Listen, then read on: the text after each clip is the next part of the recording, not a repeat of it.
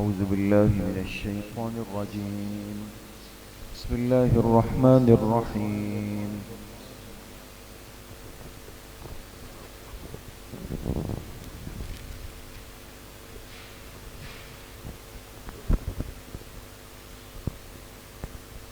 وإذ استسقى موسى لقومه فقل اضرب بعصاك الحجر فانفجرت منه 12 عينا قد علم كل أناس مشربهم كلوا واشربوا من رزق الله ولا تعثوا في الأرض مفسدين. صدق اللہ العظیم. یہ سورۃ البقرہ آیت نمبر 60 سے آج کا سبق شروع ہو رہا ہے. کل بات چل رہی تھی کہ بنی اسرائیل پر جو انعامات ہوئے اور جو نقمت یعنی جو سزائیں اللہ پاک نے ان پہ نافذ فرمائی. تو وَإِذِ اسْتَسْقَىٰ یہ انعام نمبر 8. یہ انعام نمبر کیا ہے؟ 8 ہے. اور یاد کریں جب موسیٰ علیہ السلام نے پانی طلب کیا اپنی قوم کے لیے، استسقاء کی نماز کہتے ہیں نا، بارش جب رک جائے تو نماز پڑھی جاتی ہے. تو یہ لوگ جب میدان تیہ میں تھے تو وہاں پانی کی قلت پیش آئی، پانی کم پڑ گیا. موسیٰ علیہ السلام نے اللہ سے عرض کی کہ اللہ میری قوم کے لیے پانی کا انتظام آپ فرما دیجئے. فَقُلْنَا اضْرِبْ بِعَصَاكَ الْحَجَرَ، تو ہم نے کہا، اللہ پاک فرماتے ہیں ہم نے کہا کہ آپ اپنی لاٹھی پتھر پہ مار دیجئے. بات سمجھ گئے؟ اپنی لاٹھی پتھر پہ مار دیں تو ہم آپ کے لیے پانی کا انتظام کرتے ہیں. اب پتھر کون سا تھا؟ آیا کوئی خاص پتھر یا کسی بھی پتھر کے لیے کہا گیا؟ ایک قول تو یہ ہے کہ اللہ کا حکم تھا، معجزہ تھا، کوئی عام پتھر تھا اس پہ مارا گیا. بعض نے کہا کہ نہیں، یہ ایک خاص پتھر تھا جس کے ساتھ موسیٰ علیہ السلام کا ایک واقعہ جڑا ہوا ہے. آپ حضرات نے تفسیروں میں پڑھا ہوگا کہ ایک پتھر موسیٰ علیہ السلام کے کپڑے لے کر بھاگ گیا تھا، ایک پتھر. تو وہ پتھر ان کے پاس محفوظ تھا، اور چونکہ یہ ایک خاص پتھر تھا، وہ پتھر جو ہے اس پہ لاٹھی ماری گئی اور پھر اس سے پانی کا چشمہ پھوٹ گیا. تو حجر کے نیچے لکھیں خاص پتھر یا عام پتھر، دونوں امکانات موجود ہیں. سمجھ گئے؟ فَانْفَجَرَتْ مِنْهُ 12 عَيْنًا، تو بہہ پڑے اس پتھر سے 12 چشمے. انفجرت بہہ پڑے اس پتھر سے 12 عَيْنًا چشمے. چونکہ بنی اسرائیل کے اندر یعنی جس کو کہا جائے نا ایک بچپنی شرارت، وہ بہت زیادہ تھی. ہر بات پہ لڑتے تھے، الجھتے تھے اور تنگ کرتے تھے حضرت موسیٰ علیہ السلام. تو اتنا ان کا اکرام ہوا کہ یہ 12 قبیلے چل رہے تھے، قبیلے. تو اللہ پاک نے وہ پانی کے چشمے بھی 12 بنا دیے. ایسا نہ ہو کہ کل کا یہ لائن میں مجھ سے آگے ہو گیا اور میں اس سے پیچھے ہو گیا. تو پہلے سے 12 چشمے بنا دیے. قد علم کل اناس مشربہم، اور ہر قبیلہ جانتا تھا مشربہم، اپنے گھاٹ کو، پانی پینے کی جگہ. اناس کا ترجمہ لکھیں قبیلہ. ہر قبیلہ جانتا تھا اپنے گھاٹ، گھاٹ کہتے ہیں پانی پینے کی جگہ کو. پھر یہ بھی نہیں تھا کہ کیف متفق آپ جا کے جس لائن میں لگ گئے. ہر قبیلے کا جو پانی کا چشمہ تھا وہ بھی متعین تھا. کلوا واشربوا من رزق اللہ ولا تعثوا فی الارض مفسدین، اللہ نے فرمایا کھاؤ اور پیو اللہ کے رزق میں سے اور زمین میں فساد مت پھیلاتے پھرو. جو چاہیے کھاؤ پیو، آرام کرو، سب کچھ کرو، بس زمین میں فساد مت پھیلاؤ. بات سمجھ گئے؟ یہ 8 انعامات یہاں پہ پورے ہو گئے دوست. اور وَإِذْ قُلْتُمْ یا موسیٰ کے نیچے لکھیں نقمت نمبر 2. نقمت کس کو کہتے ہیں؟ سزا کو. 4 سزائیں بھی ان کو دی گئی. تو ایک سزا کا تذکرہ تو پہلے آ چکا ہے نا، یہ دوسری سزا ہے یہاں پر. اور یاد کرو قلتم یا موسیٰ، جب تم لوگوں نے کہا اے موسیٰ علیہ السلام لن نصبر علی طعام واحد، ہم تو ہرگز صبر نہیں کر سکتے ایک طرح کے کھانے پر. طعام واحد، ایک طرح کے اب اوپر سے تیار بٹیر اور حلوہ اتر رہا ہے، لیکن انسان جب کہتے ہیں نا نمک حرام ہو جائے، پیٹ بھر جائے، تو پھر اس قسم کی باتیں کرتا ہے، کہنے لگے یہ تو ایک طرح کا کھانا آ رہا ہے، روزانہ باربیکیو آئٹم آ رہا ہے، تو لہٰذا ہمیں تو کچھ نیا چاہیے۔ فَادْعُ لَنَا رَبَّكَ، آپ ہمارے لیے مانگ لیجئے ربک، اپنے رب سے۔ انداز تکلم دیکھیں دوستو، موسیٰ علیہ السلام سے ایسے کہتے تھے کہ جیسے وہ ان کے لیے مانگنے کے پابند ہے۔ آپ مانگ لیجئے ربک، اپنے رب سے۔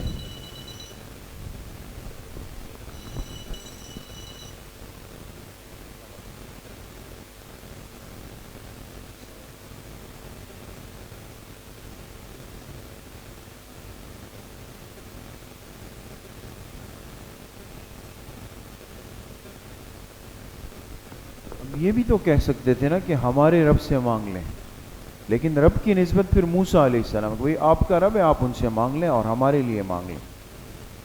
تو کیا مانگ لیں؟ یخرج لنا، تاکہ وہ نکال لے ہمارے لیے۔ نکالنا یعنی اگانا، چونکہ سبزیاں زمین سے اگتی ہیں، تاکہ وہ ہمارے لیے اگا دے، نکال لے، مما، وہ سبزیاں، تنبت الارض، جو زمین اگاتی ہے۔ تو اب بٹیر اور حلوہ کی جگہ کہا کہ ہمیں تو کچھ سبزی دال چاہیے۔ وہ کیا ہوگی؟ من بیانیہ ہے دوستو، من بقلہا وقصائہا وفومہا وعدسہا وبصلہا، جیسے اس کی ساگ، ککڑی، گندم، مسور کی دال اور پیاز، یہی ہے نا۔ بقل کہتے ہیں کس کو؟ ہاں نہیں، ساگ، ساگ نہیں ہوتی، ساگ۔ اور قصہ کس کو کہتے ہیں؟ ککڑی کو۔ ایک کھیرا ہوتا ہے نا، ایک اس کی طرح کی ککڑی ہوتی ہے سبزی، یہ بھی سلاد میں استعمال۔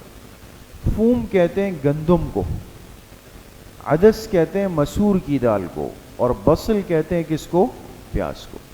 کہ اس طرح کی کچھ سبزی دال وغیرہ ہمارے لیے آ جائیں، ہم وہ کھائیں گے۔ قالا، لکھے تنبیہ ہے موسیٰ، اب غور کریں۔ موسیٰ علیہ السلام نے جب سنا کہ یہ لوگ من و سلوہ کی جگہ یہ مانگ رہے ہیں، تو کہنے لگے تستبدلون الذی هو ادنی بالذی هو خیر، کیا تم تبدیل کرنا چاہتے ہو؟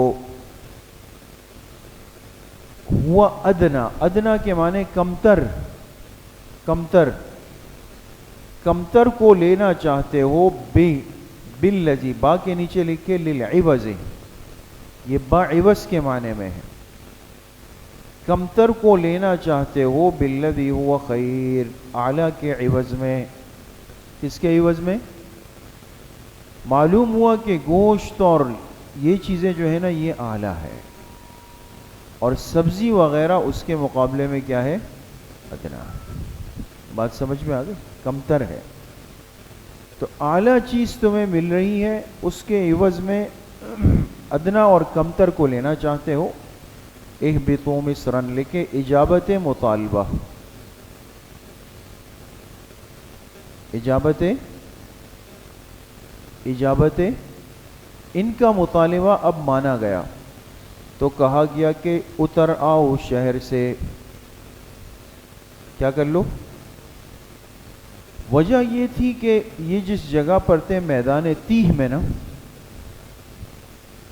وہ پتھریلی زمین تھی، پتھریلی، اور پتھریلی زمین میں کاشتکاری تو ہو نہیں سکتی، تو لہٰذا ان کو اس علاقے سے ایک دوسرے شہر کی طرف اتارا گیا کہ تم اس شہر میں اتر آؤ۔ فَإِنَّ لَكُمْ مَا سَأَلْتُمْ، بے شک تمہارے لیے وہی ہوگا جو تم نے مانگا ہے۔ ایک زرخیز زمین میں ملک شام کے اندر اتر آؤ، اور وہاں سبزیاں اگاؤ، اناج اگاؤ، جو اگانا ہے اگاؤ، وہ تمہیں مل جائے گا۔ وَضُرِبَتْ عَلَيْهِمُ الذِّلَّةُ وَالْمَسْكَنَةُ، لکھے انجام دنیاوی، اور ڈال دی گئی ان پر ذلت اور محتاجی، ڈال دی گئی ان پر، مسلط کر دی گئی، ذلت بھی، والمسکنہ، اور بہت زیادہ یہ جو بار بار کا جو وہ ہوتا ہے نا، یہ اللہ کو سخت ناپسند ہوتا ہے۔ جو نعمتوں کے بعد کہے جی یہ کیوں اور یہ ایسا کیوں اور ایسا کلر کیوں اور ایسی تھیلی کیوں اور یہ بیکار کی بات ہے. تو نعمتوں میں کھود کریت کرنا اللہ کو پسند نہیں ہے. نتیجے میں پھر کیا ہوتا ہے؟ ذلت اور محتاجی ہے. وباءوا بغضب من اللہ، لکھے انجام اخروی، اور یہ لوگ لوٹے اللہ کے غضب کو لے کر. دنیا کا نقصان تو یہ ہوا کہ ذلت اور محتاجگی لے لی.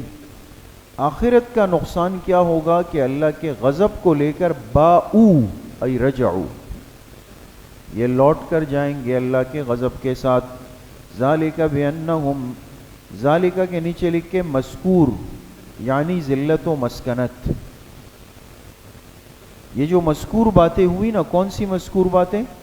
کہ اللہ نے ان پر ذلت اور مسکنت مسلط کی. فرمایا بانہم، یہ اس لیے کہ کانوا یکفرون بآیات اللہ، یہ اللہ کی آیتوں کا انکار کرنے لگ گئے تھے. وَيَقْتُلُونَ النَّبِيِّينَ بِغَيْرِ الْحَقِّ، اور انبیاء کو ناحق قتل کرتے تھے.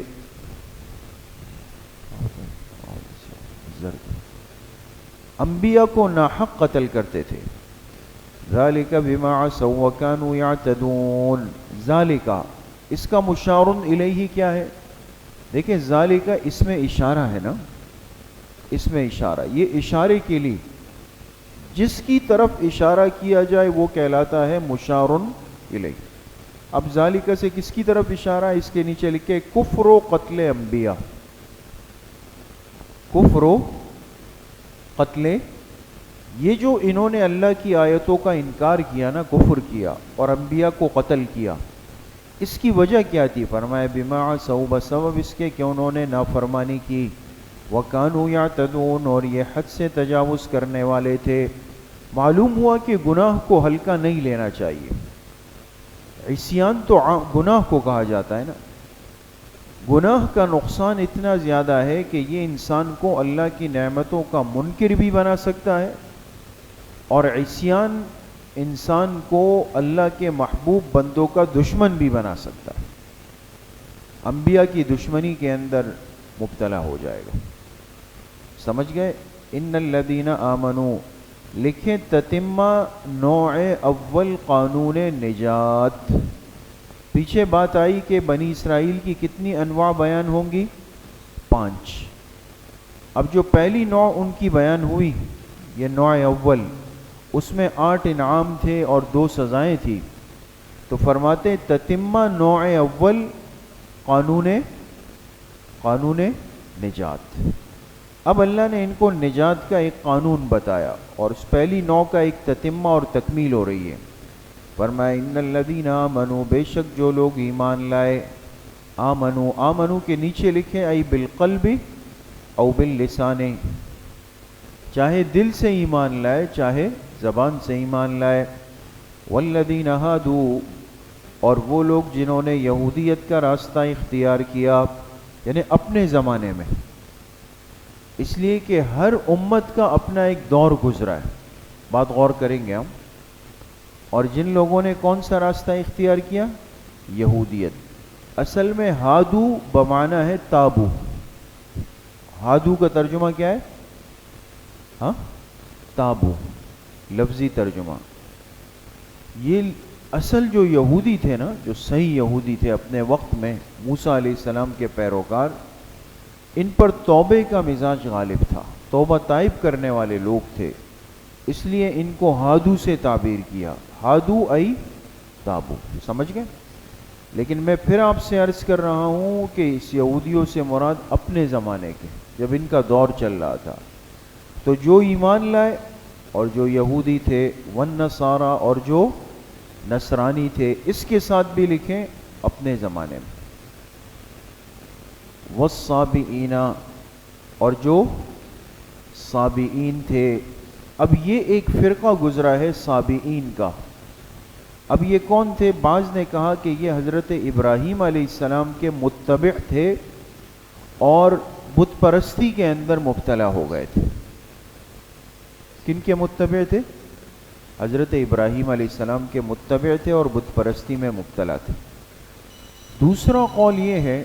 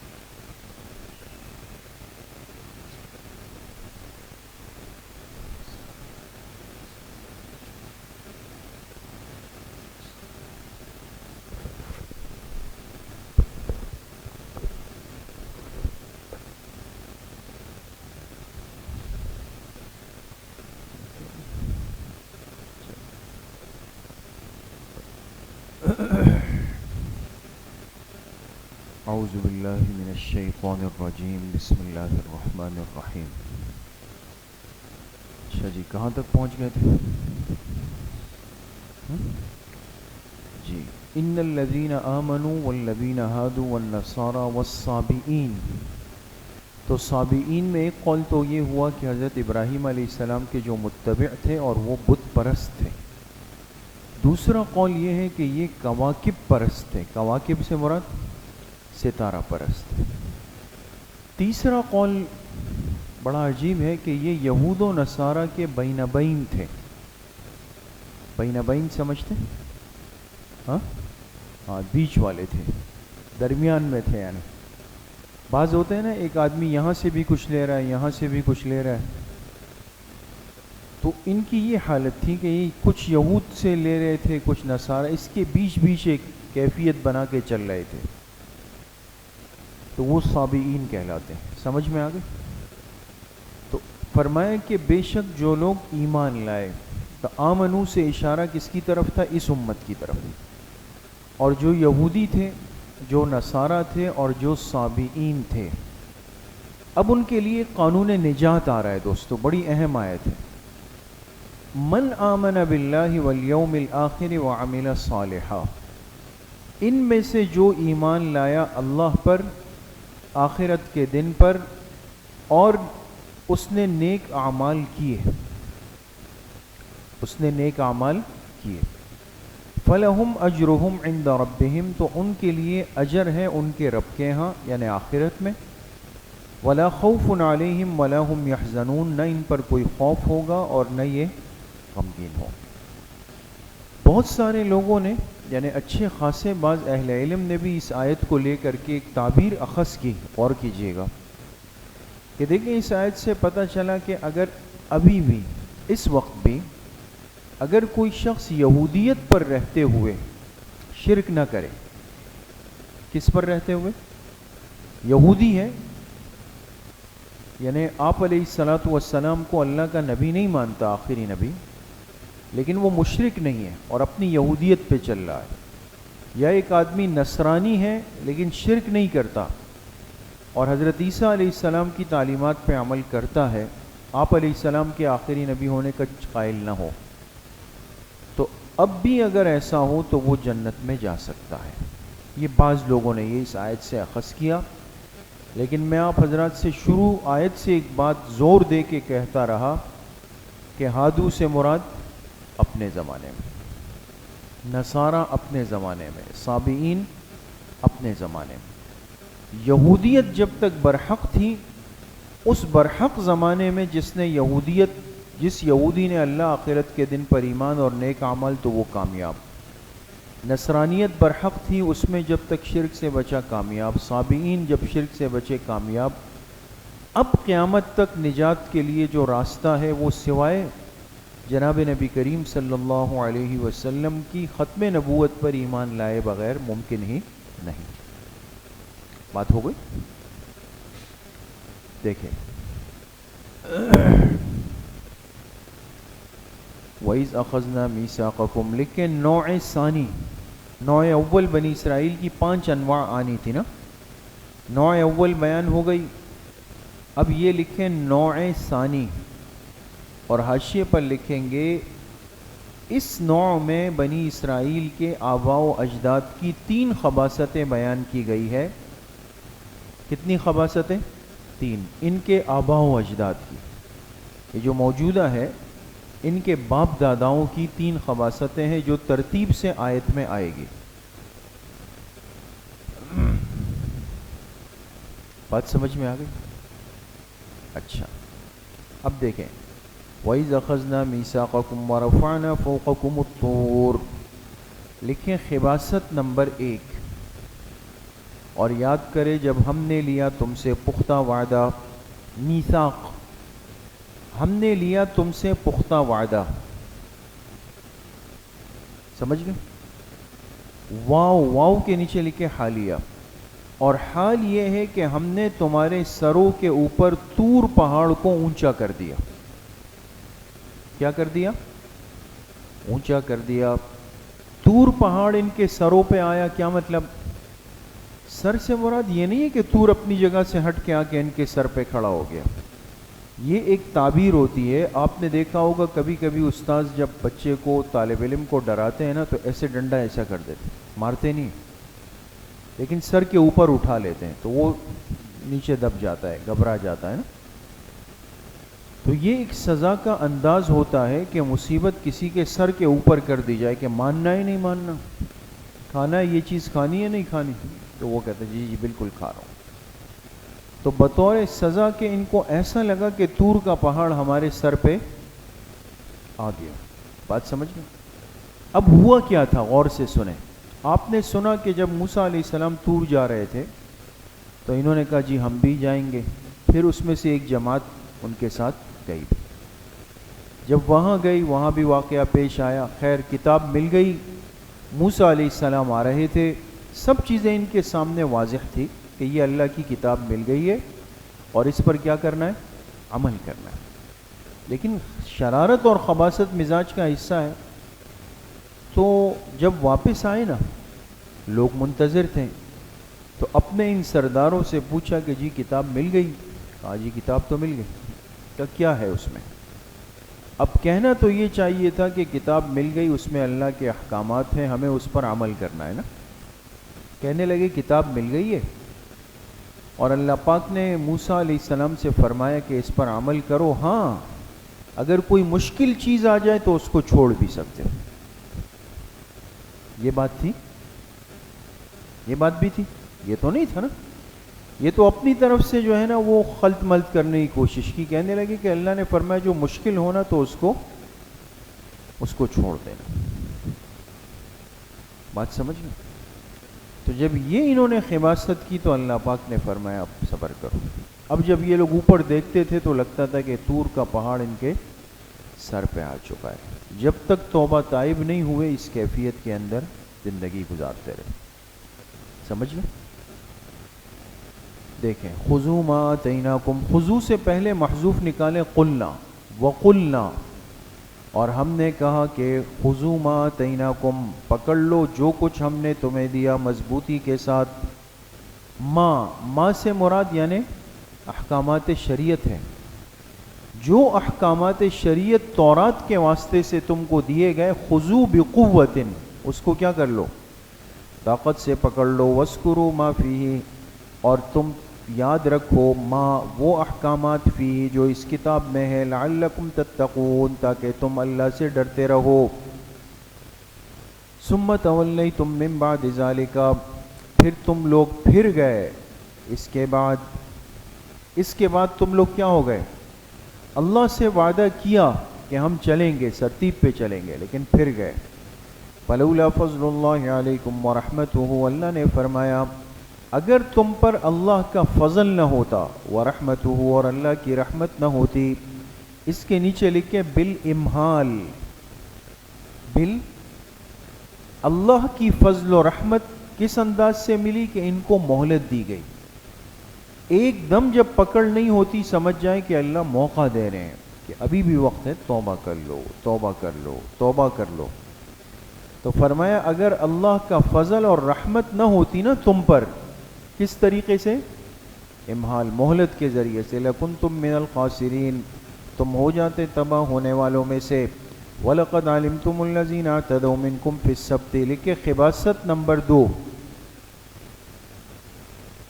اب یہ دوسری خباثت ہے, یہ داؤد علیہ السلام کے زمانے کا واقعہ ہے. وہ بھی چونکہ بنی اسرائیل کے پیغمبر ہیں, اور یہ ایک قوم قبیلہ تھا بنی اسرائیل کا جو دریا کے کنارے رہتے تھے. اور ایسے لوگ جو دریا کے کنارے ہوتے ہیں یہ مچھیرے کہلاتے ہیں. مچھیرا جانتے, جو مچھلیاں پکڑنے کا اور پھر اس کو بیچنے کا, خریدنے کا یہ کام کرتے ہیں, مچھیارے. تو یہ ایک قوم تھی, بنی اسرائیل کا حصہ تھا, داؤد علیہ السلام کا زمانہ تھا, اور یہ دریا کے کنارے مچھلیاں پکڑتے تھے. ان کے لیے ایک حکم آیا, آپ نے پڑھا ہے کہ اللہ نے فرمایا ہفتے کے دن تم مچھلیوں کا شکار نہیں کرو. ہفتے کے دن نا, اس لیے کہ وہ دن تمہاری عبادت کا ہو گیا. اب آزمائش تھی, ہفتے کو انہوں نے کہا ٹھیک ہے نہیں کرتے, لیکن جب ہفتے کو آئے تو دیکھا کہ مچھلیاں تو چھلانگے مار رہی ہے پانی میں, اور قریب قریب آ رہی ہے، تو انسان حریص ہے، اوہو یہ تو عجیب ہو گیا، کل تو ایسا نہیں تھا۔ تو اب ذہن نے غلط چیزیں بنانا سوچنا شروع کر دی کہ کیا کیا جائے، کچھ ایسا حیلہ کیا جائے کہ کھلے مجرم بھی نہ بنے اور یہ مچھلیاں بھی ہاتھ سے نہ نکلیں۔ تو انہوں نے کیا کیا، چھوٹی چھوٹی نالیاں بنا دی۔ نالیاں سمجھتے ہیں نا، نالیاں، پائپ لائن چھوٹی چھوٹی ڈال دی، اور جہاں پائپ لائن ختم ہوتی تھی تو وہاں پھر انہوں نے کیا کیا، ایک راستہ بنا کر، ایک چوکور ڈبے بنا کر اس کو بند کر دی۔ اب جب ہفتے کا دن ہوا تو ہاتھ سے پکڑ تو نہیں سکتے تھے، جال تو ڈال نہیں سکتے تھے، وہ منع تھا۔ وہ نالیاں لگا کے اس کا راستہ کھول دیا تو مچھلیاں تو پانی کے بہاؤ کے ساتھ آنے لگ گئی۔ اب جب آنے لگ گئی اور ان کے یہاں کے حوض بھر گئے تو حوض کا راستہ بند کر دیا۔ تو کسی نے کہا ہم نے تو نہیں بلایا، تو خود آ گئے، ہم نے تو کوئی شکار نہیں کیا ان کو۔ حیلہ کیا، اللہ کے ساتھ مذاق کرنے کی کوشش کی۔ وَلَقَدْ عَلِمْتُمُ الَّذِينَ اعْتَدَوْا مِنْكُمْ فِي السَّبْتِ، اور یقیناً تم نے جان لیا ان لوگوں کو جنہوں نے تم میں سے تجاوز کیا، اعتدوا، تجاوز کیا، بریکٹ میں لکھے بشکل حیلہ۔ یہ تجاوز کس انداز میں تھا؟ حیلے کے انداز میں تھا۔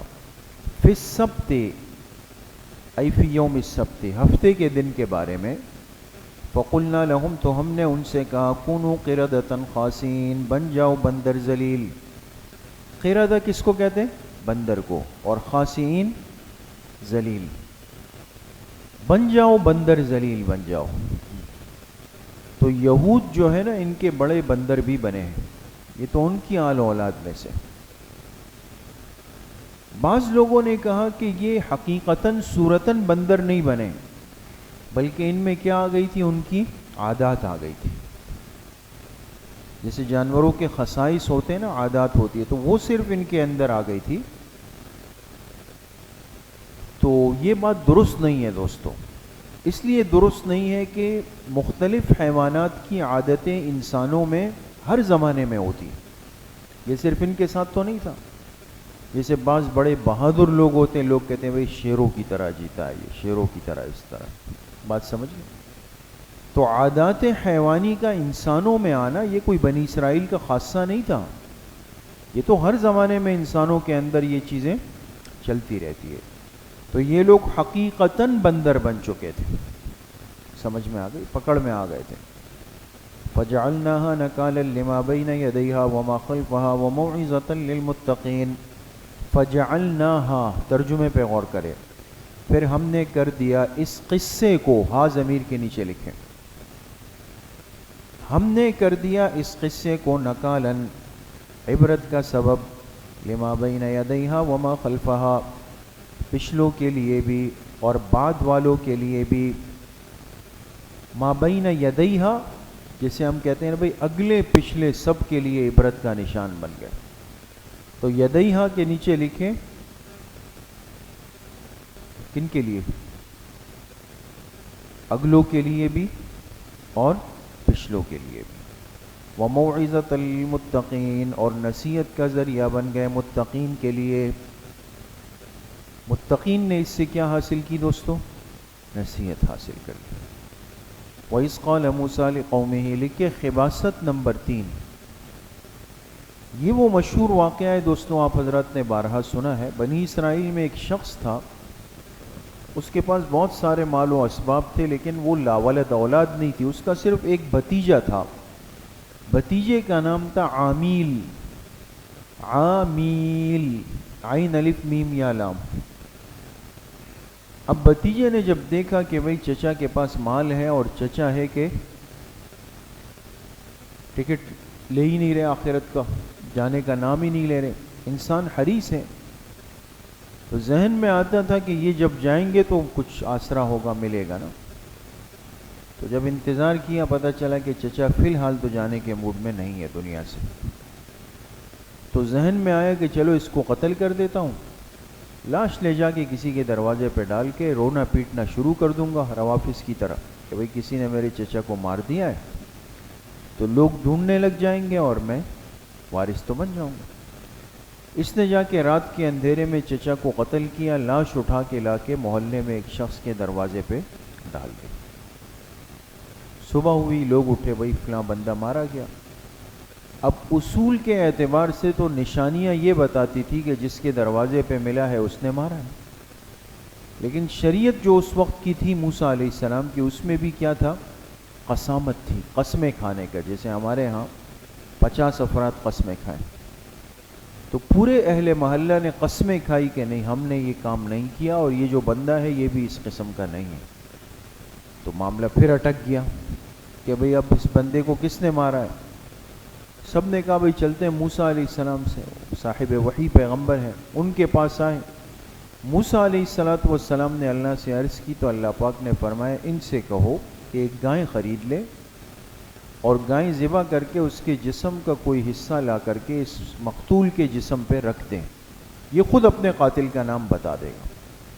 اب یہ سادہ سا ایک طریقہ تھا کہ کوئی سی گائے خرید لے، لیکن عادت سے مجبور تھے نا، کہنے لگے نہیں جی وہ کیسی ہے، ایک عمر اس گائے کی کیسی ہو، اس کا رنگ کیسا ہو، اس کی کیفیات کیسی ہو، جیسے جیسے سوال کر رہے تھے وہ شرائط بڑھتی جا رہی تھی اللہ پاک کی طرف سے۔ تو اب اللہ نے شرط لگائی کہ وہ ایسے زرد رنگ، ہلکے زرد رنگ کی گائیں ہوں اور بالکل کواری ہو، یعنی نوجوان گائے ہونی چاہیے، اور اس کا رنگ آنکھوں کو بھلا لگے، اچھا لگے، برا نہ لگے، اس کو کبھی کھیت میں چلایا نہیں گیا ہو، سب شرائط لگ گئی۔ تو اب جب شرائط آ گئی اب گائیں ڈھونڈنے لگ گئے، اب گائیں نہیں ہے۔ پتہ چلا فلاں جگہ پر ایک بوڑھی عورت ہے اور اس کا ایک بیٹا ہے، یتیم بچہ ہے، ان کے پاس اس طرح کی گائیں ہیں، تو اللہ نے ان کو نوازنا تھا۔ اب یہ ان کے پاس گئے اور ان سے کہا گائیں تو کہتے ہیں نا جس چیز کی طلب بڑھ جائے اور رسد کم ہو تو پھر جو قیمت لگائے خریدار آئے گا۔ ان کے بھاگ کھلنے تھے، تو جب انہوں نے دیکھا کہ ان کو تو اشد ضرورت ہے تو اب منہ مانگی قیمت لگاؤ۔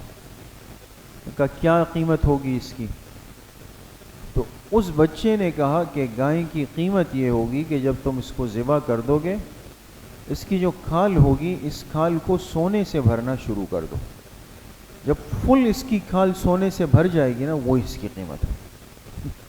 اب کرنا تو تھا، مجبوراً تیار ہو گئے، گائے ذبح ہو گئی، پھر اس کے گوشت کا ٹکڑا لا کے جب مقتول پر رکھا تو وہ زندہ ہو کے کھڑا ہو گیا، اس نے کہا کہ مجھے اس بھتیجے نے مارا۔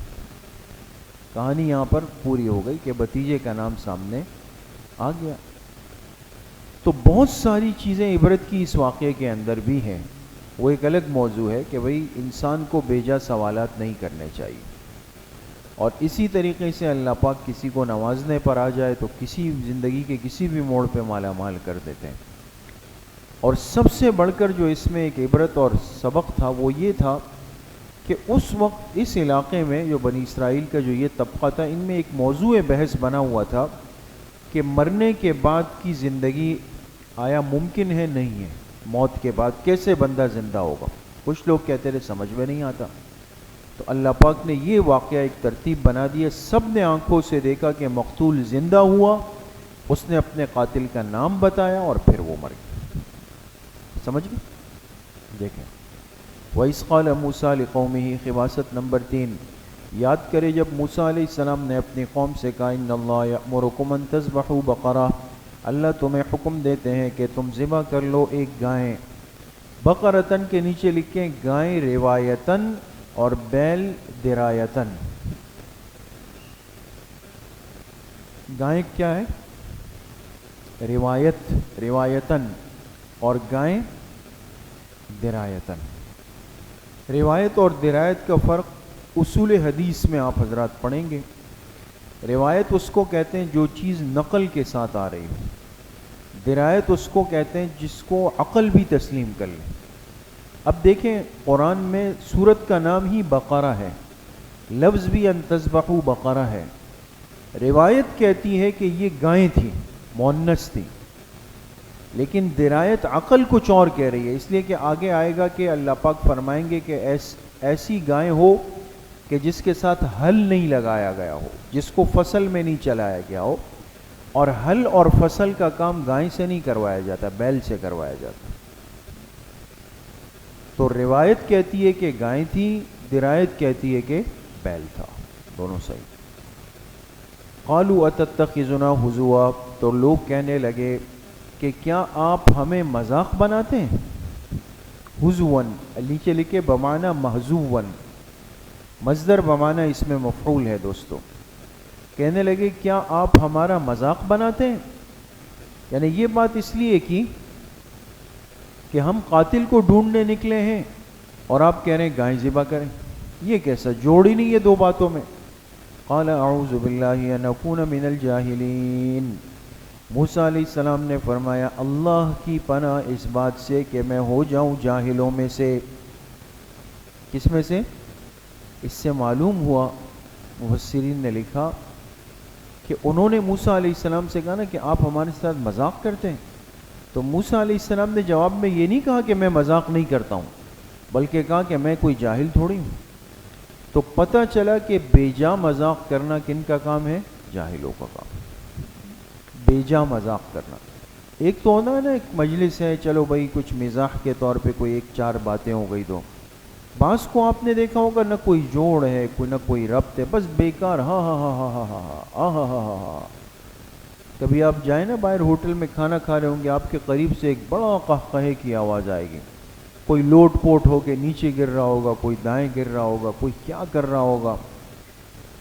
اب یہ کیا ہے؟ یہ اپنے دماغ کو جی فریش کر رہے ہیں سارے ہفتے کے تھکے ہوئے. تو کوئی مقصد بات جوڑی نہیں ہے اور بس ایک غلط ہے نا. قالوا ادع لنا ربك يبين لنا ما هي، لکھے تفتیش نمبر 1. تفتیش نمبر 1. اب خود تفتیشوں پہ آ گئے. کہنے لگے ادع لنا ربک، ہمارے لیے اپنے رب سے پوچھ لیجئے، مانگ لیجئے، یبین لنا کہ اللہ ہمیں واضح کر دیں. ما ہی کے نیچے لکھیں کہ اس گائے کی صفت کیا ہوگی. اس گائے کی صفت اوصاف بتائیں. قال انه یقول، موسیٰ علیہ السلام نے فرمایا کہ اللہ فرماتے ہیں انہا بقرۃ، وہ ایسی گائے ہوگی کہ لا فارض ولا بکر، نہ بالکل بوڑھی ہوگی نہ بالکل بچی ہوگی، نہ معمر گائے ہوگی بالکل، نہ بالکل چھوٹی صغیر گائے ہوگی، درمیانی بالکل جوان گائے. سمجھ گئے؟ نہ بالکل بوڑھی نہ بالکل بچی. عوان کا ترجمہ لکھے بالکل جوان. بالکل استاد صاحب لکھواتے تھے پٹ. یہ لفظ سنا ہے کبھی؟ جو جانوروں کے اندر بالکل یعنی ایک بھرپور جوانی پر ہو جاتا ہے اس کو کیا کہتے ہیں؟ پٹ کہتے ہیں. پٹ. فرمایا عوانم بین ذالک، وہ پٹ ہوگی اس کے درمیان. کس کے درمیان؟ یعنی بڑھاپے اور بچپنے کے درمیان بالکل جوان ہوگی. فافعلوا ما تؤمرون، دیکھیں اس وقت بھی ان کو اشارہ دیا گیا جو حکم دیا جا رہا ہے کر گزرو. ابھی صرف ایک شرط آئی تھی کہ وہ بالکل جوان گائے ہوں، بس فرمائے کر گزرو جو کہا گیا. لیکن قال ادع لنا، تفتیش نمبر 2. پھر کہنے لگے ادع لنا ربک، ہمارے لیے اپنے رب سے پوچھ لیجئے نا کہ یبین لنا ما لونھا، کہ اس کا رنگ کیسا ہوگا. قال انه یقول، موسیٰ علیہ السلام نے فرمایا اللہ فرماتے انہا بقرۃ صفراء، کہ بے شک وہ گائے ہوگی زرد رنگ کی. زرد رنگ جانتے ہیں دوستو؟ ایسے پیلا پیلا، لیکن اس میں ایک زردی سی ہوتی ہے. آپ عید الاضحیٰ کے دنوں میں دیکھیں بعض سفید رنگ کے جانور کھڑے ہوتے ہیں اور قریب جائیں تو آپ کو ان کے جلد میں پیلاہٹ محسوس ہوگی. تو زرد رنگ ہو، فاقع لونھا، اور اس کا رنگ کیا ہو؟ تیز ہو. فاقع گہرا رنگ ہو. تسر الناظرین، دیکھنے والوں کو بھلا معلوم ہو، اچھا لگے. قال ادع لنا ربک، تفتیش نمبر 3. کہنے لگے ہمارے لیے اپنے رب سے پوچھ لیجئے یبین لنا ما لونھا، کہ اس کی صفت کیا ہوگی. یہ دوبارہ یہ سوال جو کیا نا یہ مزید وضاحت کے لیے تھا. بات سمجھ گئے؟ ایک دفعہ تو پوچھ چکے تھے نا کہ کیسے اس کی صفت کیا ہے. دوبارہ اس لیے پوچھا کہ ذرا مزید وضاحت ہو جائے کہ جوانی کس طرح کی جوان گائے ہو. ان البقرہ تشابہ علینا، اس کے نیچے لکھے علت. کہنے لگے یہ گائے تو ہم پر کچھ مشتبہ سی ہو گئی ہے کہ کس طرح کی ہونی چاہیے. وَإِنَّا إِنشَاءَ اللَّهُ لَمُهْتَدُونَ، اور بے شک اللہ نے چاہا تو ہم راہ پا لیں گے. اب دیکھیں انشاءاللہ کہا تو تھوڑی سی آسانی ہو گئی. انشاءاللہ ہم لمہتدون راہ پا لیں گے، یعنی اب گائے مل جائے گی. اب جواب بالکل واضح آیا. قال انہو یقول، موسیٰ علیہ السلام نے فرمایا، اللہ پاک فرماتے ہیں انہا بقرۃ، وہ ایسی گائے ہیں، لا ذلول، جو محنتی نہیں ہے، یعنی استعمال نہیں ہوئی، استعمال نہیں ہوئی. تثیر الارض، کہ جو زمین کو چیرے پھاڑے، زمین کو جوتے. جو جانور زمین میں چلتے ہیں نا، اس کو زمین جوتنا کہتے ہیں. تو نہ تو ایسی گائیں ہو کہ جو زمین جوتنے میں استعمال ہوئی ہو، ولا تسقی الحرث، اور نہ اس کے ذریعے سے کھیتی کو سیراب کیا گیا ہو. بعض جانوروں پہ پانی ڈال کے کھیت پہ پانی دیا جاتا ہے، تو نہ تو وہ ہل کے طور پہ استعمال ہوئی، نہ پانی ڈالنے کے طور پہ استعمال ہوئی. مسلمۃ، بے عیب ہے. لا شیۃ فیہا، جس میں کوئی داغ بھی نہیں ہوگا، کوئی داغ بھی نہیں ہوگا. مسلمۃ لا شیۃ فیہا. قالوا الآن جئت بالحق، بنی اسرائیل کہنے لگے اب آپ نے ٹھیک ٹھیک بات بیان کر دی، اب بالکل ٹھیک ٹھیک بات آپ نے ابھی ہماری سمجھ میں آ گئی. فذبحوها، لہذا اس گائے کو ذبح کر دیا. وما كادوا يفعلون، اور لگتا نہیں تھا کہ ایسا کر لے، اس لیے کہ جو سوالات کا سلسلہ لامتناہی جا رہا تھا تو لگ نہیں رہا تھا کہ یہ لوگ رکیں گے، لیکن آخر سمجھ گئے کہ گڑبڑ ہو جائے گی. تو اللہ پاک نے بھی فرمایا گائیں ذبح کر دی. وما کادو، اور لگتا نہیں تھا کہ یفعلون، وہ ایسا کر گزرے. بات سمجھ گئے. وَإِذْ قَتَلْتُمْ نَفْسًا، حاشیے پر لکھے ھذا اول القصہ. دیکھیں اب تفصیل پہلے آ گئی اور قصے کی تمہید اب آ رہی ہے. یہ بھی ہو جاتا ہے دوستو کبھی. اصل جو قصہ تھا نا کہ ہوا کیا تھا، کیوں گائے کی بات آ رہی ہے، تو آپ نے سنا نا کہ ایک بھتیجے نے چچا کو مار دیا تھا. یہ بات تو ابھی تک آیت میں آئی نہیں، تو اول قصہ بعد میں آ رہا ہے، تفصیل قصہ پہلے آ چکا ہے. بات سمجھ گئے دوستو. یہ بھی ایک انداز ہوتا ہے کہ کسی کو اپنی طرف متوجہ کرنے کے لیے یہ انداز اختیار کیا جائے کہ پہلے معاملے کے جو اجزاء ہوتے ہیں اس کو بیان کیا جائے، پھر ابتدا کی جائے. میں آپ سے ایک بات عرض کروں، آج کل تو یہ چیزیں بہت واضح ہو گئی نا. آپ نے دیکھا ہوگا، آپ علماء ہیں یا جو بھی ایسے بڑے لوگ ہوتے ہیں، ان کے انٹرویوز ہوتے ہیں، یہ جو ٹی وی والے اور یہ اینکرز اور فلاں فلاں، جو اصل جو پورا پروگرام ہوتا ہے اس کو شروع ہونے سے پہلے کچھ اشارات آ رہے ہوتے ہیں. وہ ایک سوال پوچھتے ہیں، ہلکا سا سوال آئے گا، پھر جواب کو کاٹ دیں گے. وہ ایک 4-5 ایسے سوالات کا ایک سلسلہ ہے جس کو کہتے ہیں نا ایک حرص اور طلب پیدا کر دیتے ہیں کہ ابھی اب اصل پروگرام شروع تو ہو، ہمیں پتہ تو چلے کہ حضرت نے جوابات کیا دیے ہیں اس کے. تو کسی کی توجہ اور طلب حاصل کرنے کا ایک طریقہ یہ بھی ہوتا ہے کہ آپ اپنے اس پورے پروگرام کی کچھ باتیں اٹھا کے اخذ کر کے اس کو ایک اشارتاً پیش کر دیں اور جوابات سامنے نہ لائیں تاکہ لوگوں میں ایک طلب باقی رہے. وَإِذْ قَتَلْتُمْ نَفْسًا، یاد کرو جب تم نے قتل کیا، نفساً ایک جان کو، فَادَّارَأْتُمْ فِيهَا، پھر لگے ایک دوسرے پہ دھرنے. کہ حضرت شاہ عبد القادر رحمۃ اللہ علیہ کا ترجمہ ہے، پھر لگے ایک دوسرے پر دھرنے. کیا مطلب؟ ایک دوسرے پہ الزام ڈالنے لگے، اور آسان ترجمہ ہے پھر آپس میں جھگڑنے لگ گئے. قتل ہو گیا بندہ، اب جھگڑنے لگ گئے. واللہ مخرج ما کنتم تکتمون، اب اللہ تعالیٰ ظاہر کرنے والے تھے جو کچھ تم چھپا رہے تھے. فقلنا اضربوہ ببعضها، تو ہم نے کہا کہ مارو، ہو کے نیچے لکھے مقتول، مقتول کے جسم پر مارو، ببعضها، ہا کے نیچے لکھے بقرہ، گائے کے جسم کا کچھ حصہ مارو یعنی لگاؤ مقتول کے جسم پر. ضمائر سمجھ گئے؟ ہو کا مرجع ہے جسم مقتول، سمجھ گئے، اور ہا کا مرجع ہے لحم بقرہ. کذالک یحیی اللہ الموتى، لکھے اس بات بعث و قیامت۔ میں نے آپ سے عرض کیا کہ کچھ لوگ آخرت کا انکار کر رہے تھے، بعث بعد الموت کا، تو ان کو بھی سبق مل گیا۔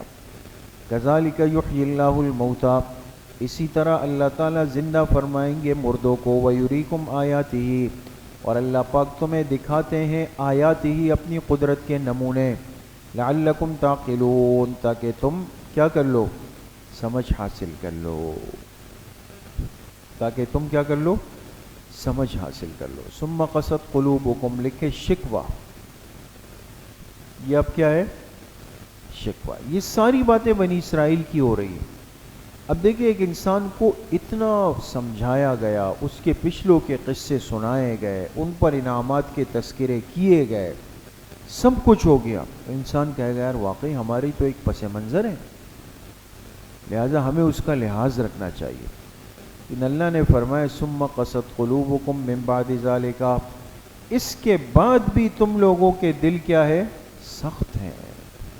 قسد کے معنی سخت ہونا، اس کو کہتے ہیں قساوت قلبی، قساوت دل کا تنگ ہو جانا، دل کا سخت ہو جانا۔ فرمائے تمہارے دل تنگ ہے اس کے بعد بھی، فہی کالحجارہ، اور وہ ایسے ہیں جیسے کہ پتھر، تمہارے دل سل ہو گئے۔ ہمارے حضرت پیر ذوالفقار صاحب دامت برکاتہم فرماتے ہیں بندے کا دل کبھی سل ہو جاتا ہے، سل کہتے ہیں پتھر کو، یعنی بالکل جیسے برف کی سل ہوتی ہے نا، تو تمہارے دل ایسے ہیں کالحجارہ، جیسے کہ پتھر، او اشد قسوہ، او کے نیچے لکھے بمعنی بل، بلکہ پتھر سے بھی زیادہ سخت ہو گئے، اس میں اندر بات ہی نہیں جا رہی۔ وَإِنَّ مِنَ الْحِجَارَةِ، واو کے نیچے لکھ کے تعلیلیہ، اور ان کے نیچے لکھ کے علت، من کے نیچے لکھے تبعیضیہ، چونکہ ان کے دلوں کو تشبیہ دی اللہ پاک نے کس سے، کس سے، پتھروں سے، لیکن پھر فرمایا کہ تمہارے دل پتھروں سے بھی سخت ہیں۔ تو بھئی وجہ کیا پتھر سے بھی سخت دل ہو سکتے ہیں؟ اللہ نے فرمایا ہاں، اس لیے کہ پتھروں میں بھی کچھ صفات اور خوبیاں ہیں، وہ کیا ہے، وَإِنَّ مِنَ الْحِجَارَةِ، بعض پتھر وہ ہیں لَمَا يَتَفَجَّرُ مِنْهُ الْأَنْهَارُ، جس سے نہریں جاری ہوتی ہے۔ کیا جاری ہوتی ہے؟ آپ جائیں نہ دیکھیں یہ آبشاریں اور پہاڑوں سے جو پانی بہ رہا ہوتا ہے، یہ پتھروں کے بیچ سے آ رہا ہوتا ہے نا۔ کبھی گاؤں وغیرہ کی طرف آپ لوگ جائیں، راستوں میں ایسے مقامات آتے ہیں نا، اوپر پہاڑوں سے پانی بہ رہا ہوتا ہے، تو اوپر نرم مٹی تھوڑی ہے، وہ تو سخت پتھر ہوتے ہیں، اس بیچ سے اللہ پاک پانی کے چشمے جاری کر دیتے ہیں۔ معلوم ہوا کہ پتھر بھی کہیں نہ کہیں راستہ پانی کو دے دیتا ہے، نرم ہو جاتا ہے۔ وَإِنَّ مِنْهَا لَمَا يَشَّقَّقُ، اور بعض پتھر وہ ہوتے ہیں جو پھٹ جاتے ہیں۔ کیا ہو جاتے ہیں؟ پھٹ جاتے ہیں۔ فَيَخْرُجُ مِنْهُ الْمَاءُ، اور اس سے نکل آتا ہے پانی۔ ماں کے نیچے لکھے تھوڑا پانی، ماں کے نیچے کیا لکھا؟ تھوڑا پانی، اس سے ہلکی ہلکی بوند گر رہی ہوتی۔ وَإِنَّ مِنْهَا، اور بعض پتھر وہ ہوتے ہیں لَمَا يَهْبِطُ مِنْ خَشْيَةِ اللَّهِ، جو گر جاتے ہیں اللہ کے خوف سے۔ کبھی کبھی آپ نے دیکھا ہوگا، آپ جا رہے اوپر سے کوئی پتھر لڑکتا ہوا آتا ہے، نیچے گر جاتا ہے۔ بڑی بڑی لینڈ سلائیڈنگ ہوتی ہے، بڑے بڑے تودے آ کے نیچے گرتے ہیں، پتھر گرتے ہیں۔ ہم تو یہی سمجھتے ہیں کہ یہ کوئی وہ ہے، لیکن قرآن کریم سے سمجھ میں آتا ہے کہ یہ خشیت الہی سے پتھر لڑک کے نیچے گر جاتے ہیں۔ وَمَا اللَّهُ بِغَافِلٍ عَمَّا تَعْمَلُونَ، لکھ کے وعید، اور اللہ تعالیٰ بے خبر نہیں ہے ان کاموں سے جو کچھ تم کرتے ہو، اللہ تعالیٰ اس سے بے خبر نہیں۔ اَفَتَطْمَعُونَ أَن يُؤْمِنُوا لَكُمْ، لکھ کے تتمہ نوع ثانی، 5 انواع آئیں گے بنی اسرائیل کے، دوسری نوع کا اب تتمہ آ رہا ہے، تکمیل آ رہی ہے دوستو۔ حاشیے پر لکھیں کہ اس میں یہود کے 5 گروہوں کا ذکر ہے، 5 گروہ۔ کتنے گروہ؟ 5 گروہوں کا، 5 جماعتوں کا تذکرہ ہے۔ دیکھیں افتطمعون ان یؤمنوا لکم، اللہ نے فرمایا کیا تم یہ طمع رکھتے ہو کہ وہ تم پر ایمان لائیں گے؟ کیا تم یہ طمع رکھتے ہو؟ اس کو کہتے ہیں دوستو حمزہ استفہام انکاری. یہ افتطمعون، یہ جو حمزہ ہے نا تطمعون سے پہلے، یہ کون سا حمزہ ہے؟ استفہام انکاری ہے. کیا تم یہ امید رکھتے ہو؟ کیا مطلب؟ یعنی یہ امید مت رکھو، یہ امید رکھتے ہو کہ یہ تم پر ایمان لائیں گے. وقد کان فریق منہم یسمعون کلام اللہ، اس کے نیچے لکھے فریق نمبر 1 محرفین، فریق نمبر 1، 5 فریقوں نے آنا ہے، تذکرہ ہونا ہے. پہلا فریق ان کا کون سا ہے؟ محرفین. کس کو کہتے ہیں؟ جو تحریف کرتے ہیں. تحریف سمجھتے ہیں نا؟ تبدیلی کرنا، اپنی طرف سے کمی بیشی کرنا یا اس کا قائل ہونا. فرمایا وقت کان فریق منہم یسمعون کلام اللہ، جبکہ انہی میں سے ایک طبقہ ایسا ہے جو اللہ کے کلام کو سنتا بھی ہے. تورات کو سنتے تھے کہ یہ تورات اس طرح ہے، لیکن ثم یحرفونہ من بعد ما عقلوہ، پھر اسی کے اندر تحریف کرتے تھے اس کو سمجھنے کے بعد. سمجھ بھی گئے پھر تبدیل کرتے تھے. وہم یعلمون، جبکہ وہ جانتے تھے. کیا جانتے تھے؟ نیچے لکھیں کہ یہ تبدیل کرنا گناہ ہے. کہ یہ تبدیل کرنا کیا ہے؟ یہ تبدیل کرنا کیا ہے؟ یہ گناہ ہے. اس کے باوجود بھی کیا کرتے تھے؟ اس میں تبدیلی کرتے تھے. وہ ہمارے استاد صاحب حضرت نعمانی صاحب فرماتے تھے کہ ہمارے علاقے میں ایک بدعتی مولوی صاحب تھے، اہل بدعت کے نا. تو ان سے کسی نے پوچھا اس مولوی صاحب سے کہ حضرت قبروں کو بوسہ دے سکتے ہیں؟ قبر کو، بزرگوں کی قبور کو بوسہ دے سکتے ہیں؟ تو یہ حضرات تو قائل ہیں اس کے نا، اہل بدعت تو دیتے ہیں. تو انہوں نے کہا ہاں دے سکتے ہیں. تو آپ کے پاس کوئی دلیل ہے قرآن سے؟ اس کا ہے نا. کیا ہے؟ کہا وَإِذَا الْقُبُورُ بُعْثِرَتْ، اِذَا الْقُبُورُ، تو عین کو واو میں تبدیل کیا. اب سمجھ میں آئے؟ اور جب قبروں کو بوسہ دیا جائے گا، یہ تحریف ہے دوستو. ایسے کم بخت لوگ تھے. بات سمجھ میں آ گئی دوستو؟ ہم پڑھتے تھے تفسیر حضرت قاری مفتاح اللہ صاحب دامت برکاتہم سے. آپ میں سے کوئی جانتا ہے ان کو؟ استاد صاحب. تو بہت عجیب انداز سے بہت زبردست پڑھاتے تھے، اور وہ لطائف و ظرائف بھی بہت زیادہ سناتے ہیں. تو سورہ جمعہ چل رہی تھی، یا ایھا الذین آمنوا، تو کہنے لگے کہ ایک شخص ایک عالم کے پاس آیا اور اس سے کہا کہ آپ ہمیشہ کہتے ہیں کہ اللہ کے کلام میں سب کچھ ہے، سب کچھ ہے. ہاں سب کچھ تو ہے. تو اس نے کہا کہ میرے پاس دمبا ہے. دمبا جانتے؟ تو قرآن میں دمبے کی آواز ہے؟ دمبے کی؟ اب یہ بیکار سا سوال تھا نا. چلو یہ کہتا کہ دمبے کا تذکرہ ہے تو پھر بھی کوئی گنجائش تھی. کہا دمبے کی آواز ہے قرآن میں؟ یہ تیز عالم تھے. اس نے کہا ہاں دمبے کی آواز ہے. کہا کہاں پر ہے؟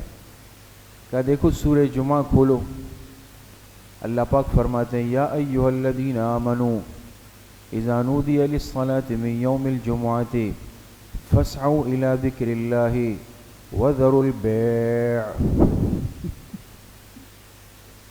تو وذروا البیع کو کیا کیا؟ نعوذ باللہ. تو بعض لوگوں کو سمجھانے کے لیے پھر یہ کرنا پڑتا ہے. اس نے کہا دیکھو نا دمبے کی آواز ہے اس میں. نعوذ باللہ. اچھا جی، تو اللہ پاک نے فرمایا کہ یہ جانتے ہیں کہ یہ تبدیل کرنا گناہ ہے پھر بھی کرتے ہیں. وَإِذَا لَقُوا الَّذِينَ آمَنُوا، لکھ کے فریق نمبر 2 منافقین. دوسرا فریق جو ان کا تھا وہ منافقین کا تھا. کس طرح کہ وَإِذَا لَقُوا الَّذِينَ آمَنُوا، جب ایمان والوں سے ملتے نا، ایمان والوں کے بعد قالوا آمنا، کہتے ہم تو ایمان لائے، یعنی ہم بھی تمہاری طرح ہے، مومن ہیں. وَإِذَا خَلَا بَعْضُهُمْ إِلَى بَعْضٍ، لیکن جب آپس میں ایک دوسرے کے ساتھ خلوت میں ملتے، اکیلے میں، اس لیے کہ غلط لوگوں کی آپس میں ملاقات رات کو ہوتی ہے، یہ یاد رکھیں، دن میں نہیں، رات میں. تو جب آپس میں خلوت میں ملتے تھے یہ قالوا اتحدثونہم بما فتح اللہ علیکم، تو وہ سردار ان سے کہتے ہیں، بات سمجھ گئے؟ جو یہود کے سردار تھے نا، وہ ان منافقین سے کیا کہتے، غور کیجئے گا، اتحدثونہم بما فتح اللہ علیکم، کیا تم ان مسلمانوں کو وہ باتیں بتاتے ہو بما فتح اللہ علیکم، جو اللہ نے تم پر ظاہر کر دی ہیں؟ میں آپ لوگوں کو ابھی سمجھاتا ہوں، پہلے ترجمہ دیکھیں۔ کیا تم مسلمانوں پر وہ باتیں ظاہر کرتے ہو جو اللہ نے تم پہ ظاہر کر دی ہے؟ لیحاجوکم، لام کے نیچے لکھیں عاقبت، لام کون سا ہے؟ العاقبت، لیحاجوکم، نتیجہ یہ ہوگا کہ وہ تم سے جھگڑیں گے اس بارے میں تمہارے رب کے ہاں، نتیجہ یہ ہوگا کہ وہ تم سے جھگڑیں گے اس بارے میں، عند ربکم، تمہارے رب کے ہاں۔ افلا تعقلون، افلا کے نیچے لکھے زجر، کیا تم عقل سے کام نہیں لیتے؟ دیکھیں دوستو، اب ادھر دیکھیں، تورات میں حضور علیہ السلام کا تذکرہ تھا، آپ کی نبوت کا بھی، آپ کی صفات اور کمالات کا بھی، آپ کے حلیے کا بھی۔ اب جو منافق لوگ تھے نا، ان کو تو ہر جگہ میں نے اس دن عرض کیا کہ چائے کے لیے ترتیب بنانی ہوتی تھی، تو جب دن میں آتے مسلمانوں کے ساتھ جب بیٹھتے تو کچھ تو کہنا ہے کہ نمبر بنے، تو کہتے تھے کہ آپ کو پتہ ہے ہم نے بھی تھوڑا تورات کا مطالعہ کیا، یہ منافقین کہہ رہے ہیں ان سے، مسلمانوں سے، اور تورات میں حضور علیہ السلام کا تذکرہ ہے۔ یہ بات کون کہہ رہے ہیں؟ منافقین کہہ رہے ہیں، کن سے؟ مسلمانوں سے۔ ان کو ذرا وہ کرنے کے لیے کہ یعنی واقعی آپ کے پیغمبر سچے ہیں اور ہم نے بھی یہ تذکرہ پڑھا ہے، بات کہہ دیتے تھے۔ اب جب رات کو جاتے تھے، یہود کے جو سردار ہوتے ان کو اطلاع ہو چکی ہوتی کہ انہوں نے یہ کیا، تو وہ ان سے کہتے کہ بیوقوفو، تم جا کر اندر کی اتنی باتیں کھول دیتے ہو ان کے سامنے، اور تم نے ان سے کہا کہ تورات میں تمہارا تذکرہ ہے، تو نتیجہ یہ ہوگا کہ قیامت کے دن یہی مسلمان تمہیں پکڑیں گے اور کہیں گے کہ تم نے تو خود اقرار کیا تھا نا ہمارے سامنے، پھر کیا کرو گے؟ مقصد کیا ہے کہ وہ ان کی ذہنی تربیت کرتے تھے کہ ان کے ساتھ ٹھیک ہے بیٹھتے اٹھتے رہو، لیکن اتنی گہری باتیں مت بتاؤ ان کو، بس ذرا ہلکی پھلکی باتیں کر کے اور چائے مائے پی کے پھر واپسی کا نظم بنا لیا کر۔ بات سمجھ میں آ گئی؟ تو یہ جو آدمی ہرجائی ہوتا ہے نا، ہرجائی اس کو کہتے ہیں جو ہر جگہ چلنا چاہتا ہے، تو وہ مکمل بات نہیں بتاتا، وہ آپ کے ساتھ بیٹھ کر بقدر کفاف آپ کو کچھ بات کر دے گا، وہاں دوسری جگہ دوسری، تیسری جگہ تیسری، اصل بات جو ہوتی ہے وہ پھر رات کو مرکز میں جا کے بتائے گا کارگزاری کہ جی صبح یہ ہوا ہے، آگے کی کیا ترتیب مجھے کرنی، سمجھ گئے؟ اولا یعلمون، اب اللہ نے ان کو جواب دیا کہ کیا یہ لوگ جانتے نہیں کہ ان اللہ یعلم ما یسرون وما یعلنون، کہ بے شک اللہ خوب جانتے ہیں جو یہ چھپاتے ہیں جو ظاہر کرتے ہیں۔ ارے بھائی کس کو مشورہ دے رہے ہو، کس سے چھپا رہے ہو؟ اللہ پاک کے علم میں تو سب کچھ ہے۔ وَمِنْهُمْ أُمِّيُّونَ، لکھے فریق نمبر 3 جاہل مریدین، جاہل یہ بھی ایک طبقہ ہے، اور یہ ہر قوم اور امت کے اندر چل رہا ہوتا ہے، جاہل مریدین کا۔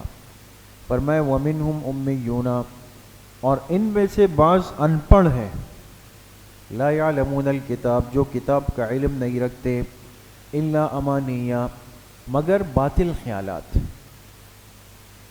کبھی بھی یہ جو بڑے 2 نمبر پیر اور یہ جو خان چودھری وڈیرے ہوتے ہیں، یہ کبھی نہیں چاہتے کہ ان کے ماتحت لوگ صحیح علم حاصل کر لیں، ان کو اسی جہالت کے اندھیرے میں چلا رہے ہوتے ہیں، ان کو اپنے فضائل اور مناقب اور کمالات سے مطلع کرتے ہیں تاکہ یہ لوگ اسی طرح چلتے رہیں۔ تو اللہ پاک نے فرمایا کہ ایک طبقہ ان کا امی ہے، ان پڑھ اجڑ جاہل ہے، جو کتاب نہیں پڑھتے، سوائے کس کے؟ باطل خیالات کے. وہ بیٹھیں گے کہیں گے کہ دیکھو ہمارے حضرت ہوا میں اڑ گئے, ہمارے یہ یہاں پہ اڑ گئے, یہ یہاں پہ اڑ گئے. بات سمجھ گئے؟ بس یہ ان کو وَإِنْهُمْ إِلَّا يَظُنُّونَ, اور وہ نہیں کرتے مگر بے سند باتیں. یظنون کا ترجمہ لکھے بے سند باتیں کریں گے. سمجھ میں آ گئے؟ فَوَيْلٌ لِّلَّذِينَ لکھے فریق نمبر 4 مفترین علی اللہ بوجہ مال و زر. فریق نمبر 4 یہود کا کون سا ہے؟ مفترین. مفترین کے معنی جھوٹ بولنے والے اللہ پر, اور بوجہ کس کے؟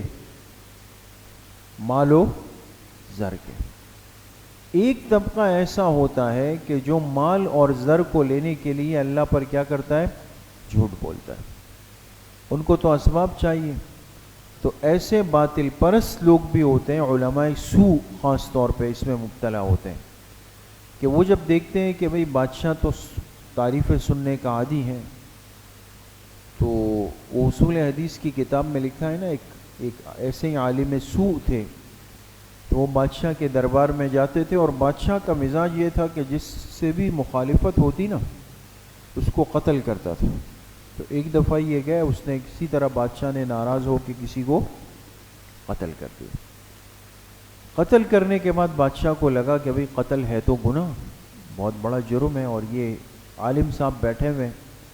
تو انہوں نے فوراً عالم کو دیکھ کے کہا کہ یہ جو کام میں نے کیا تو یہ صحیح تھا.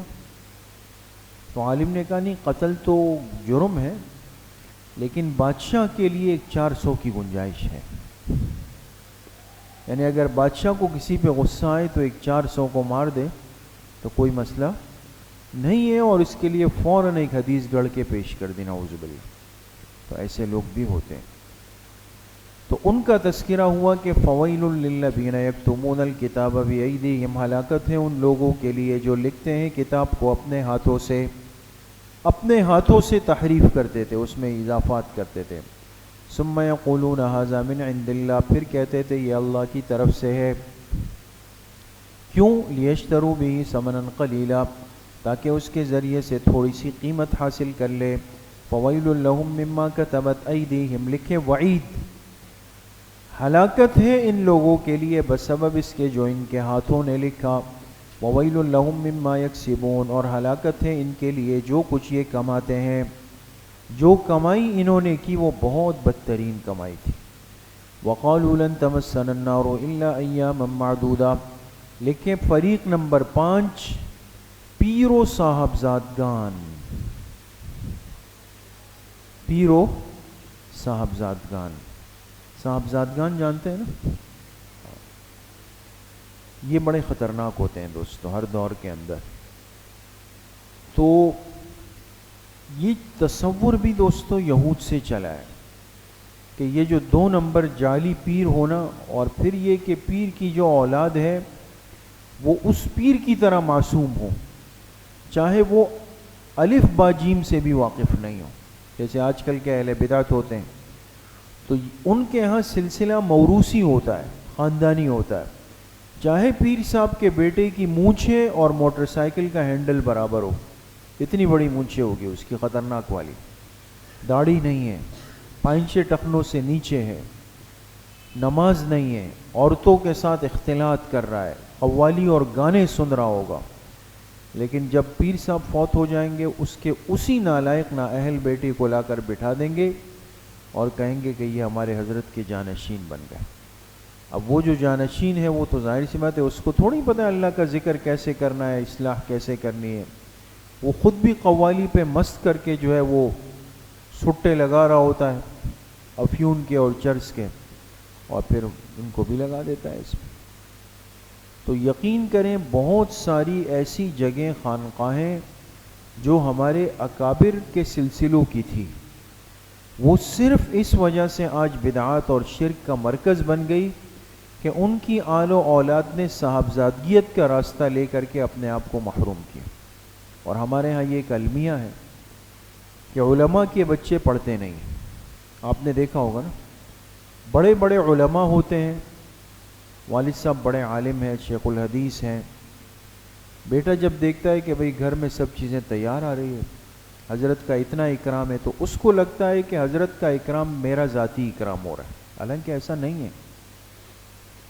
وہ نہیں پڑھتے، ائمہ مساجد کے بیٹے نہیں پڑھتے، وہ کہتے ہیں ہمارے لیے تو سب تیار بن رہا ہے، تو وہ بھی اس طریقے سے چل رہے تھے. پیر صاحبان کے بیٹے تو بہت مشکل، وہ بھی نہیں پڑھتے، اساتذہ کے بیٹے نہیں پڑھتے.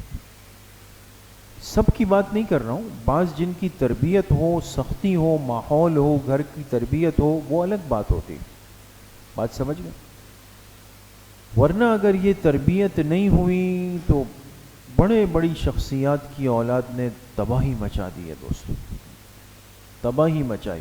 ہم سندھ گئے، سندھ کے اندر ہمارے اکابر کا بڑا مشہور سلسلہ گزرا ہے پیر جھنڈوں میں، نام سنا ہوگا آپ لوگوں نے، پیر جھنڈوں میں.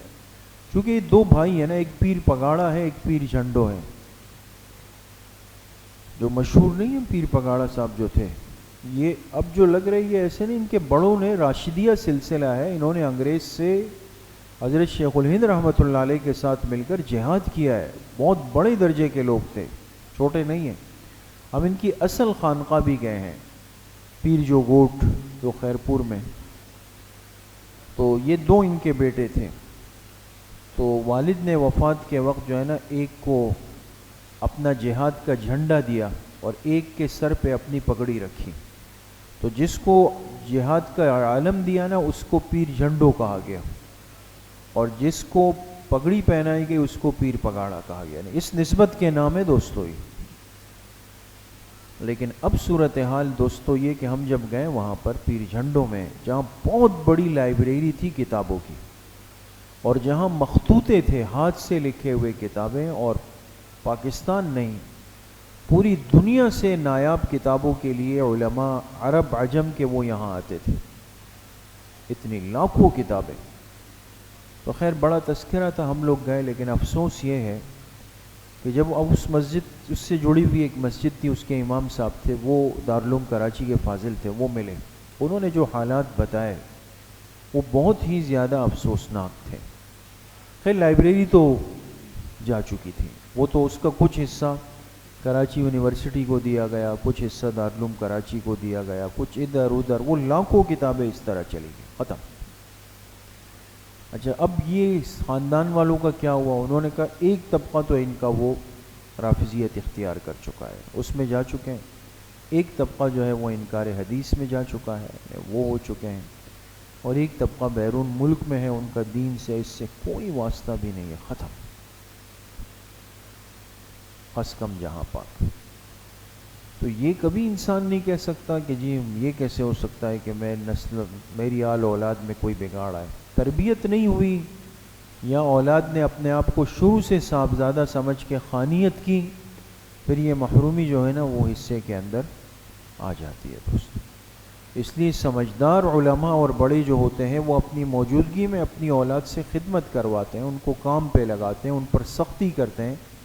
اس لیے ہمارے دارالعلوم کراچی کے حضرات کو دیکھیں نا، حضرات شیخین نے کتنا بڑا کام کیا. مفتی محمد شفیع صاحب رحمۃ اللہ علیہ مفتی اعظم پاکستان تھے، ایک بہت بڑی نسبت اور خاندان اور ادارے کے حامل تھے، لیکن اولاد کی وہ تربیت کی کہ انسان کی عقل حیران ہے. بات سمجھ میں؟ تو عرض کرنے کا مقصد یہ ہے کہ یہ ساری چیزیں تربیت چاہتی ہے. ہمارے ایک ساتھی ہے جو حضرت مفتی مختار الدین شاہ صاحب دامت برکاتہم سے بیعت ہیں، عالم ہیں. وہ کہنے لگے ہم 2-3 سال قبل ان کا سالانہ اجتماع ہوتا ہے، کہا ہم وہاں گئے اجتماع کے اندر تو اور بھی کراچی کے علماء تھے. تو حضرت کے جو حضرت مفتی صاحب کے جو بیٹے ہیں مفتی مختار الدین شاہ صاحب کے، ان کے ذمے تھا کہ وہ 3 دن اجتماع کے جتنا بھی سبزی اور یہ سامان ہے وہ خود جا کے بازار سے خرید کے، یہ نہیں کہ گاڑیوں پہ لا رہے، کندھے پر جو ہے نا اس کی تھیلیاں رکھ کر کے وہ خانقاہ لاتے. یہ تربیت اگر ہو گئی تو پھر بن گیا آپ. اور اگر آپ نے خود کلف کے کپڑے پہنے اور چاہ رہے ہیں کہ میرے لیے گاڑی کا دروازہ کھلے اور میں ایک شان سے بیٹھوں، تو جب تک حضرت ہے تو یہ ہے. جس دن حضرت گئے آپ کو بھی ایسی کک پڑے گی کہ پھر پتہ بھی نہیں چلے گا. فرمائے لن تمسنا النار الا ایاما معدودہ. دیکھیں یہ پانچواں فریق تھا جو پیر اور صاحبزادگان تھے. یہ کیا کہتے تھے؟ کہتے تھے ہرگز ہمیں جہنم کی آگ نہیں پہنچے گی مگر گنے چنے دن، مگر گنے چنے دن. یہود کا ایک عقیدہ ہے، کہتے ہیں جتنے دن ہم نے بچڑے کی عبادت کی تھی نا وہ 40 دن، بس وہ ہمارے سزا کے ہیں، باقی تو جنت ہے، ہمارے نام پہ الاٹمنٹ ہو گئی ہے اس کی، تو جنت جو ہے وہ ان کی ہے. عیسائیوں کا عقیدہ ہے کہ ہم جتنے بھی گناہ کر لیں، بدکاریاں کر لیں، شراب پی لیں، لیکن عیسیٰ علیہ الصلوۃ والسلام کو سولی پر لٹکایا گیا تو تمام عیسائیوں کے گناہوں کا کفارہ ہو چکا ہے. یہ ان کا عقیدہ ہے. روافض کا عقیدہ ہے کہ ہم جتنے گناہ کر لیں، جو کر لیں، جتنا کر لیں، حضرت حسین رضی اللہ عنہ جس دن کربلا میں شہید ہوئے ان کے خون کی وجہ سے ہم بخشے بخشائے ہو گئے. اہل بدعت کا عقیدہ ہے کہ ہم جو کر لیں، جتنا کر لیں، شرک کریں، بدعت کریں، دائیں جائیں بائیں جائیں، کچھ بھی کر لیں، لیکن حضرت شیخ عبد القادر جیلانی رحمۃ اللہ علیہ اس وقت تک جنت نہیں جائیں گے جب ہم میں سے ایک ایک کو پکڑ کے جنت میں نہیں. تو وہ تو سب گئے، تو پھر ہمارا کیا بنے گا؟ سمجھ گئے؟ تو نعوذ باللہ یہ وہ سارا ایک سلسلہ چلتا ہوا آ رہا ہے. تو یہود نے کہا کہ ہرگز ہمیں جہنم کی آگ نہیں پہنچے گی مگر گنے چنے دن. قل اتخذتم عند اللہ عہدا، لکھ کے رد دعویٰ، اللہ نے ان کے دعوے کو رد کیا. فرمایا قل ان سے کہہ دیجئے کہ کیا تم نے اللہ سے کوئی وعدہ لے رکھا ہے؟ اتنے اعتماد سے بات کر رہے ہو تو اللہ سے کوئی وعدہ تھا کہ بھئی جنت تمہارے نام پہ کی جا رہی ہے، لیز ہو رہی ہے، تمہارے نام کے کاغذات بن رہے ہیں. فَلَن يُخْلِفَ اللَّهُ عَهْدَهُ، کیا تم نے اللہ سے وعدہ لے رکھا ہے اور ہرگز اللہ اس وعدے کی خلاف ورزی نہیں کریں گے؟ ام کے نیچے لکھے بل، یا حقیقت یہ کہ تقولون علی اللہ ما لا تعلمون، اللہ کے بارے میں ایسی بات کر رہے ہو جو تم خود بھی نہیں جانتے ہو. اپنی طرف سے بنائی ہوئی بھڑکیاں ہیں، حقیقت کچھ بھی نہیں ہے. بلا من کسب سیئۃ، لکھ کے ضابطہ خداوندی.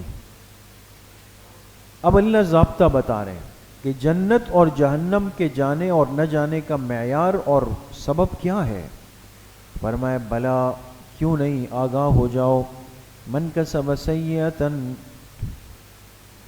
کہ جس نے گناہ کیا، وَأَحَاطَتْ بِهِ خَطِيئَتُهُ، اور اس کے گناہوں نے اس کا احاطہ کر لیا. اس کے نیچے لکھیں یعنی دل سیاہ ہو گیا.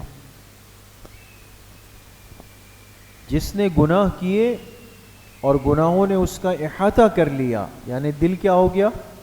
سیاہ ہو گیا. فَأُولَٰئِكَ أَصْحَابُ النَّارِ هُمْ فِيهَا خَالِدُونَ، تو یہ جہنمی ہے جس میں ہمیشہ ہمیشہ رہیں گے. بات سمجھ گئے؟ اب اشکال نہیں ہوگا. اشکال کیا ہو سکتا تھا؟ کوئی بتا سکتا ہے؟ آپ میں سے کوئی بتا سکتا ہے کہ آیت پر کیا اشکال ہو سکتا تھا؟ بلا من کسب سیئۃ وَأَحَاطَتْ بِهِ خَطِیئَتُهُ، اس پہ غور کریں. اور آگے فرمائے فَأُولَٰئِکَ أَصْحَابُ النَّارِ هُمْ فِيهَا خَالِدُونَ. کیا اشکال ہو سکتا تھا؟ بالکل سادہ سی بات ہے بھائی. ہاں